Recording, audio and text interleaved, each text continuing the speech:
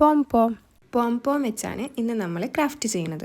2 ക്യൂട്ടായിട്ടുള്ള key ചെയിനാണ് നമ്മളിന്ന് ചെയ്യുന്നത്. പോം എങ്ങനെ ഉണ്ടാക്കുക?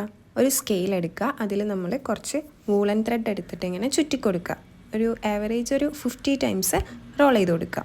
എന്നിട്ട് അതിൻ്റെ സെൻറ്ററിൽ ഒരു വൂളൻ ത്രെഡ് എടുത്തിട്ട് ഇതുപോലെ വെട്ടിക്കൊടുക്കുക. ഇനി എന്താ, കത്രിക യൂസ് ചെയ്തിട്ട് നമുക്ക് അത് ഫുള്ളായിട്ട് ഇങ്ങനെ വെട്ടിക്കൊടുക്കുക. വെട്ടിക്കൊടുക്കുമ്പോൾ അതിങ്ങനെ വിരിഞ്ഞു വരും. ഇനി നമ്മളതിനെ ഷേപ്പ് ചെയ്തെടുക്കണം. സൈഡ്സൊക്കെ നന്നായിട്ട് ഷേപ്പ് ചെയ്ത് കൊടുക്കുക. അങ്ങനെ നമ്മൾ 2 പോം ഉണ്ടാക്കണം.